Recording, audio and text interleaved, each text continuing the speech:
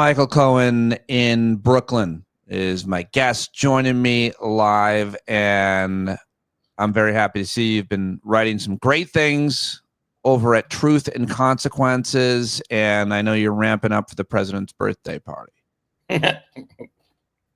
Yep, having a big party this weekend to celebrate. What is the significance of all of that military gear going down the road streets of Washington, D.C.? Is it really going to tear up the street? That seems... Yeah, apparently a big part of the budget for this parade is to repair the streets after these tanks, roll over them.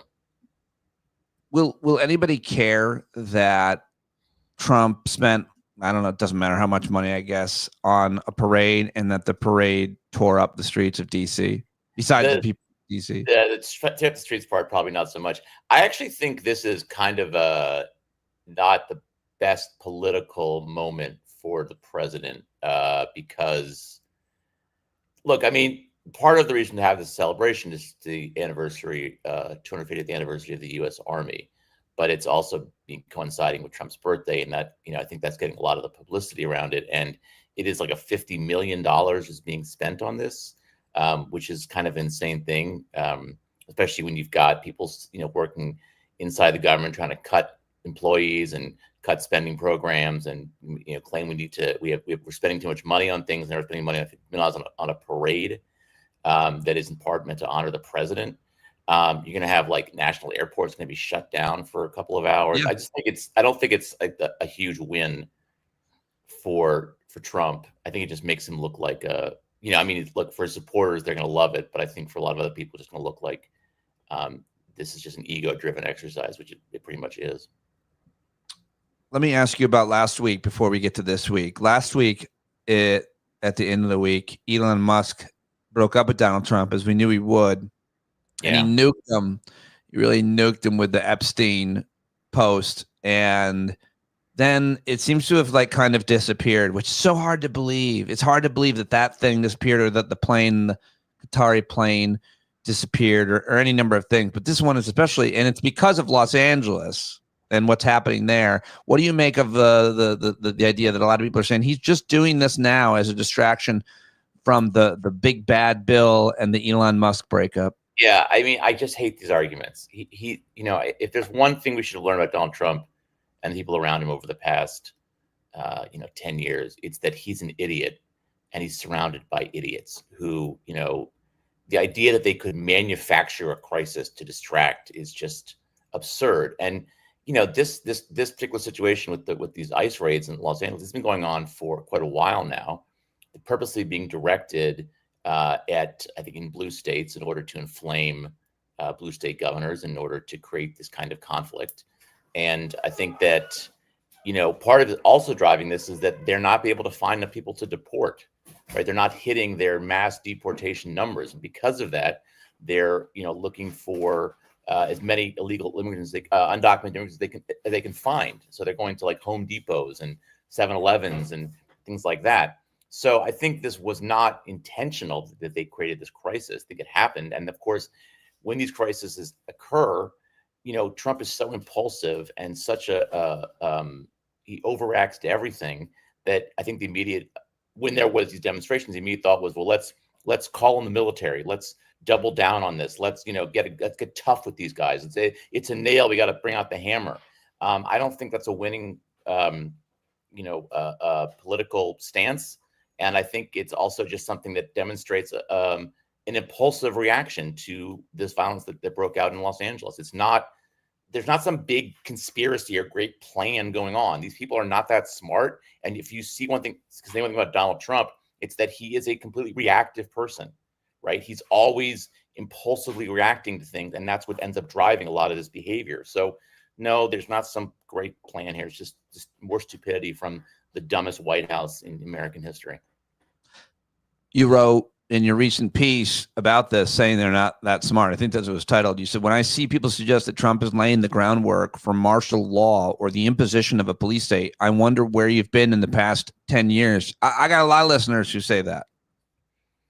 A lot of smart people say he's laying the groundwork for martial law. I just think it's ridiculous. I don't think they First of all, I don't even know what that means, to be honest. They're not declaring martial law. It's not a thing in America. I don't even know how that would end up materializing. And, you know, again, I think it just gives these guys way more credit than they deserve, and, you know, assumes a level of deliberation and planning and strategic thought that we have never seen from Donald Trump or from anyone around him over the past 10 years. So I just think it's silly, frankly. Will the violence in Los Angeles help Donald Trump politically? So That's I another wrote, yeah, that was another thing question. too. So there was an argument that he was going to help him, right? From pundits who were like, oh, it's immigrants, they're waving Mexican flags and there's violence. That's going to help Donald Trump.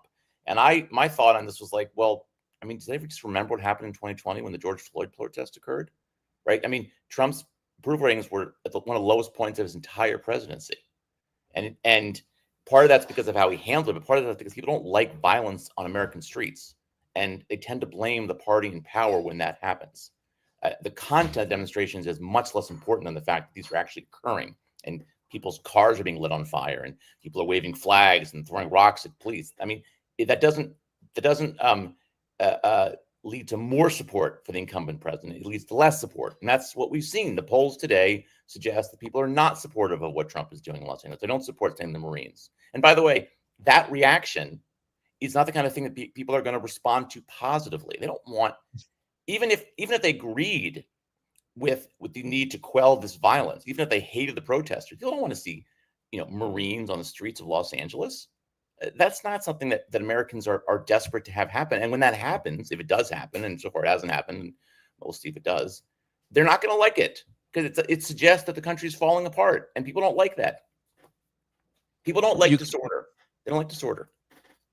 You could pick any number of things that have created tremendous, maybe irreparable damage, loss of life, like the U.S. cuts to AID, but you can't see that.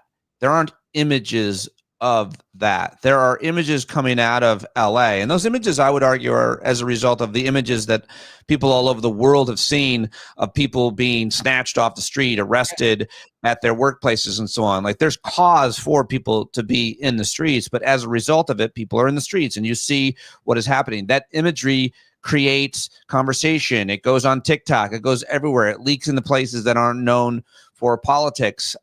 So much of it then becomes manufactured and so on. You're talking about the result of the reaction to those images, basically. People don't like it.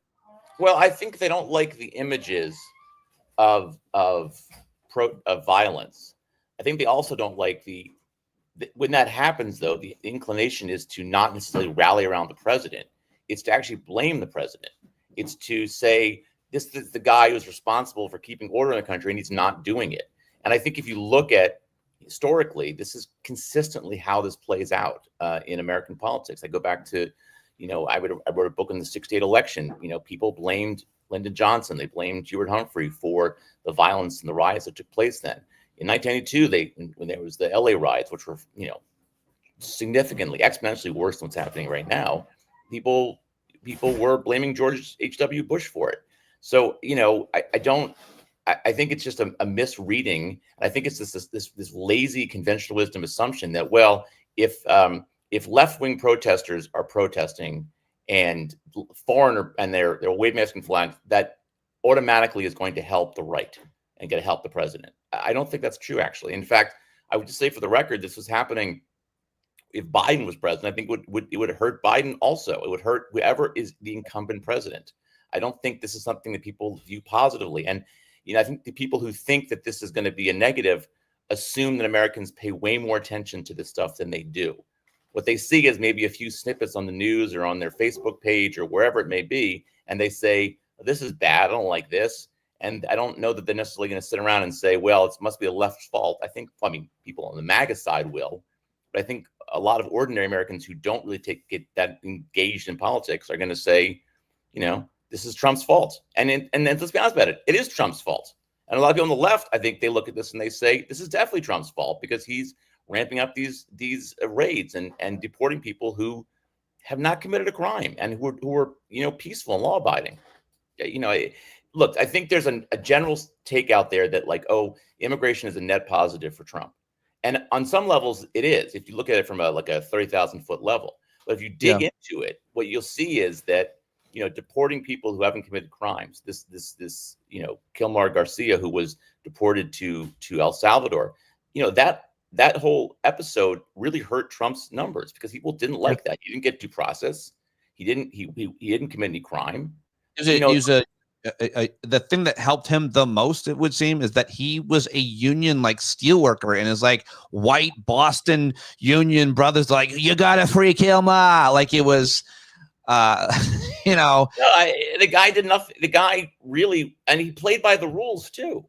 He was checking in with ICE, doing all the things he's supposed to do, and all of a sudden he gets deported. He's got 3 kids, all of whom have developmental issues. it's to be fair, that one guy that made the video, I think he thought it was Nomar that got deported. That's who I was thinking of. Is free normal? Is it Kilmer? Isn't he people don't like it. They don't like to see what they're doing. Why weren't people, Michael, in the streets when Joe Biden was president? Why are people in the streets now? There's your binary. Well, they're in the streets now because Trump is engaging in this, horrific mass deportation that has affected people's lives, and people don't like it, and so they're protesting. So that is something that I just think. Look, a general point I'm going to make here, I think, is that political protests or demonstrations, for whatever reason, ignore the content. If those kind of things are happening, people don't like it, and they're much more inclined to blame the incumbent president. It's true. If you want to take all the passion and points out of political protest, that's the absolute conclusion I think you gotta draw. The person in charge, whether it's the mayor or the governor, gets blamed for not managing this better, for not quelling this. In this case, it was far fewer people than came out after Philadelphia wins the World Series and doing far less damage. And then he sends in SEAL Team 6, who's not trained to deal with this. And then it just all looks bad. He's pouring so much more fuel on the flames that were already burning. Sorry for the California. To that point, that a celebration in Philadelphia for a sporting event victory is 1,000 times more dangerous than anything we saw in Los Angeles. I grew up outside of Philadelphia. Those people are crazy. You wouldn't want to be involved in that. I would much rather be at the demonstrations in LA than being with the Eagles fans in Philly. Are you kidding me? It's not even close. In the live chat, Benny makes a good point. He says the Israeli-Palestine protests hurt Biden and Harris a lot. I don't know if they hurt a lot. I don't think they helped. I think that there's definitely some truth to that. I don't think they helped at all. And I think when people see sort of disorder in the country, that's a good point, by the way. I think that is a good example, a good counterpoint. I said people weren't in the streets. So importantly, I was wrong. They were in the streets, but there was some of it, I think. But I just think in general, people don't like disorder, and they don't like the sense that things are falling apart and that there's violence. And I think one thing that the Trump people don't really understand is that,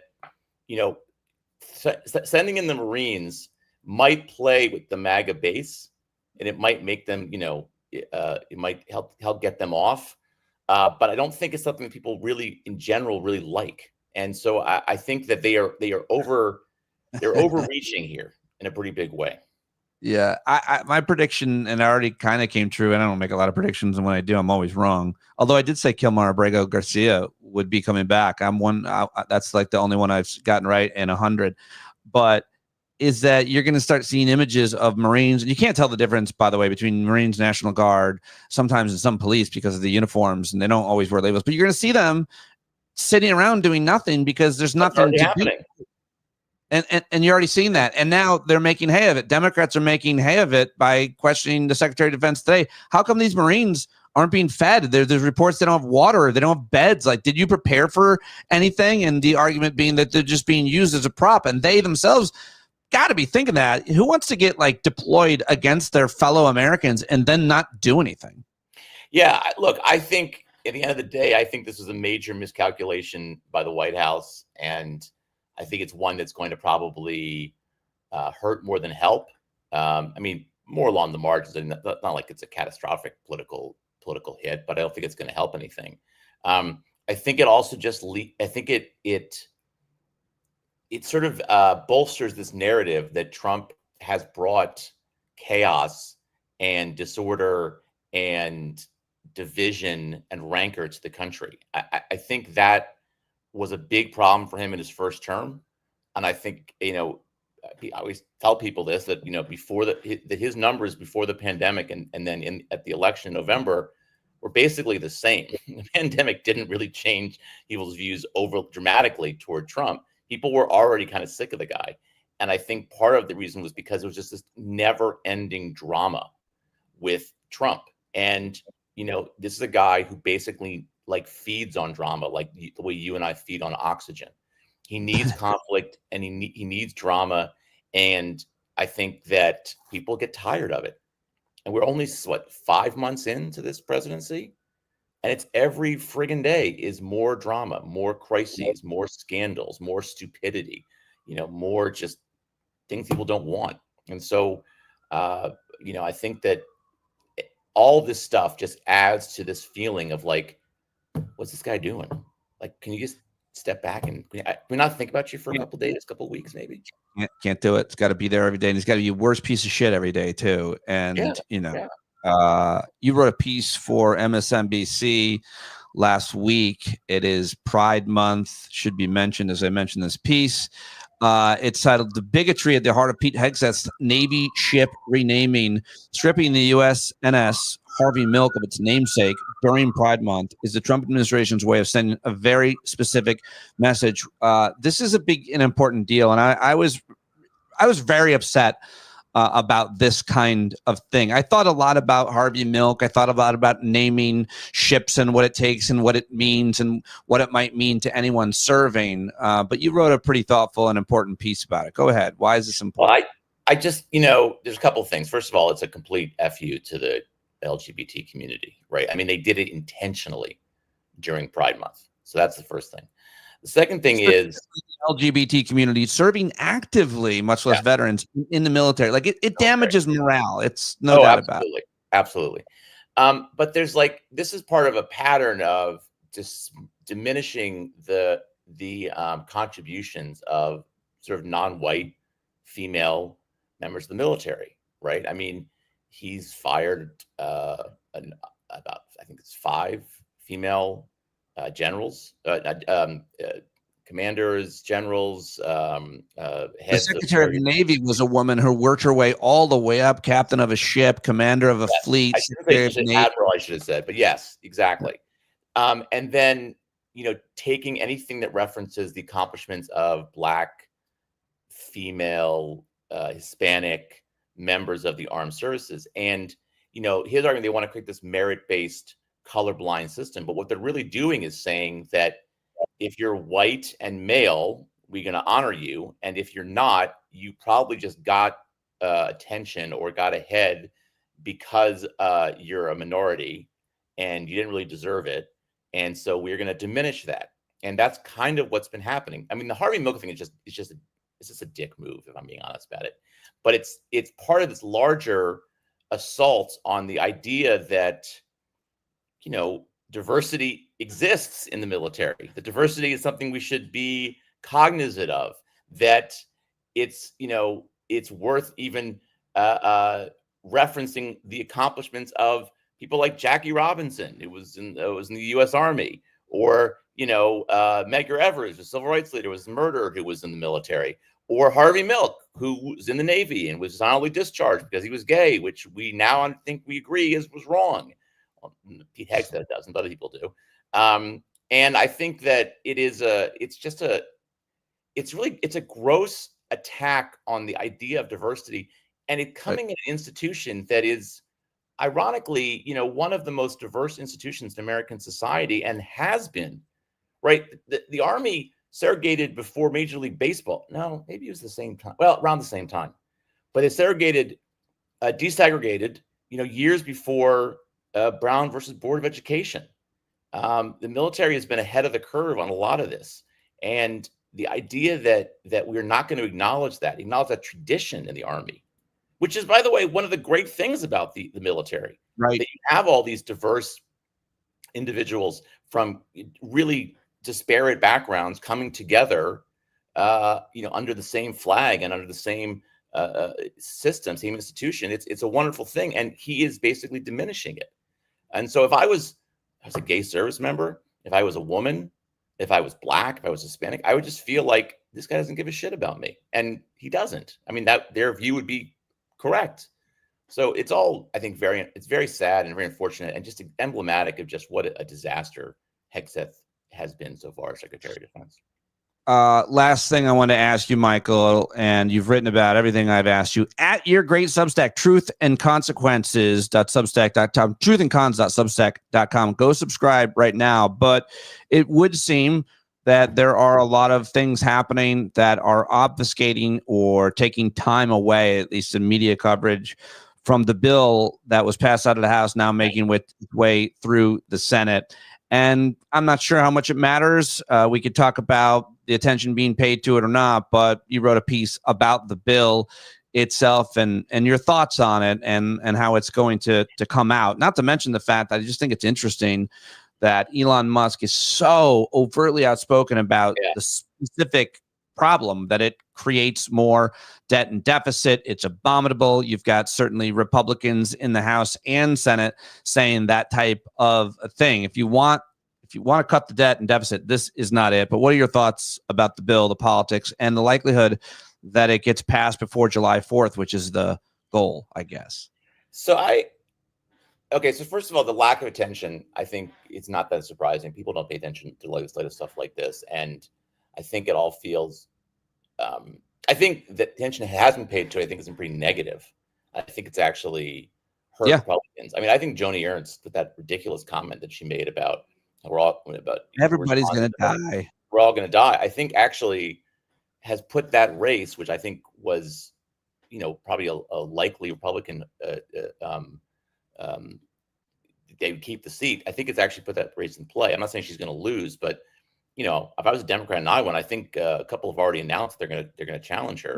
My friend Zach Walz, who's a senator in Iowa, is running. Yeah, so I do think that she has. I think that's already causing some pain. So the thing that I'm not clear on is I don't know how this thing actually passes. And I'll say this: I was very surprised that the House bill passed, and it was clear that it passed because Speaker Johnson said to his Republican, colleagues, "We have to get something passed," and Trump wants it passed, and that happened. But then immediately you see these regrets. Even Marjorie Taylor Greene saying she hadn't read the bill, and she would have voted against because of certain provisions in there. So I think that, that was surprising. It's much tougher in the Senate, and it's tougher for a variety of reasons. One is you've got some senators who I don't think are going to support Medicaid cuts, people like Josh Hawley, although, I'm sure I wouldn't be shocked if he backed down on that. You get some other folks too. I mean, Rand Paul is going to vote against it no matter what because of the increase in the deficit. But you have to do this to get 50 votes, to get it to pass. You have to go through this reconciliation process, which means it has to be somewhat revenue neutral. You can't put extraneous provisions in the bill, which can be thrown out by the parliamentarian. So it's really difficult. And then you're going to have to pass something that'll go back to the House, right? The House voted for this because they're like, well, it's going to get rewritten anyway, so we'll just move the process along. But when it comes back to them, they actually have to vote on the final bill. And I think there's real tension in the Republican caucus about this, about deficit hawks, among people who don't want these big Medicaid cuts. So I don't know how it's going to play out, but I'll be honest with you. I assume something will pass because it kind of has to from the Republican perspective. They want to extend the tax cuts, but what it's going to look like, I have no idea. I don't think anyone does. And I'll say one more thing about this. What's sort of fascinating about this whole situation, I saw Johnson on ABC this week, and John Carl asked him, doesn't the bill add deficit? And he said no, which is just like an almost Orwellian lie. Of course it adds deficit. It adds like $3 trillion deficit. Now, Carl corrected him, but I think sort of meekly. There has to be some pushback from reporters to point out that Republicans are consistently, from Trump on down, consistently lying about what's in this bill. They're lying and saying it doesn't add deficit. It does. They're lying and say it doesn't have Medicaid cuts. It does. It's really hard to deal with a political party that just lies brazenly. That's what's happening right now. Yeah, well, they always do, and They always about these. do. This is actually, this is actually more extreme than I think I've ever seen before. I Well, really am being serious. This is more extreme. They've always said that tax cuts don't create deficits because they grow the tax base, so people pay more in taxes as a result of their tax cuts. It's always been never happens. Of course, never happens. Of course it does. Not Never. No. I mean, like not in a state, not in the country, not in any country. I don't think ever. Never happens. And then also, you know, on the Medicaid cuts, I mean, there's no ambiguity. There, 10 million people or so, maybe something around that range, are going to lose health insurance coverage, and as well as about 4 million people lose Obamacare coverage. So you know, good luck. I don't know. I mean, not good luck. I hope they fail. It's a terrible. You pass that bill. You pass that bill. You're handing the House to Democrats if there's a free and fair. Yeah, but that's already going to happen. I mean, I think whatever they do, I mean, just because of the way the midterms usually go, and Trump's unpopularity, which I think will continue, it's pretty much it. I would be shocked if Democrats don't take the House. So, you know, the House might just say, well, I mean, look, you have certain members. You know, I live in New York. Mike Lawler is, you know, he wants to run for governor. He's my congressman. He's your congressman. I mean, he's going to be in serious trouble if he votes for this bill, and he already has voted for it, which I don't understand why. He's in serious trouble now. Yeah, so I think, you know, but hey, look, if there's one consistent thing you can say about moderate Republicans, is they have spines of jelly. They always back down, and they always give in. And I don't know if Lawler will be any different, but that may be the end of his political career. And is he running for governor? Is he definitely doing that? He has not. I don't think he's made it official yet. I think they're waiting for a few more weeks or even until the. I don't know why. It's 2026 in a blue state. I mean, Kathy Hochul is terrible, but good luck. Who do you like for mayor of your city? I mean, I hate them all. I mean, I really hate Cuomo. I really don't want to vote for him, but this Mamdani guy is just so bad that I might have no choice but to vote for Cuomo. I've been looking at all the other candidates, and none of them really speak to me. But you know, the thought of Mamdani winning is so disturbing to me, that I cannot stand Cuomo, cannot stand him, and don't think he gives a shit about New York City. But I'm in a really tough spot here, like a lot of people are who don't like Mamdani, don't like Cuomo. I hope Mamdani wins just because it'll upset you. I mean, look, forget the fact that he's like a classic Jew hater. Put that all aside. I don't know I know nothing about the guy really. I've seen so inexperienced. He is so immature in his political views.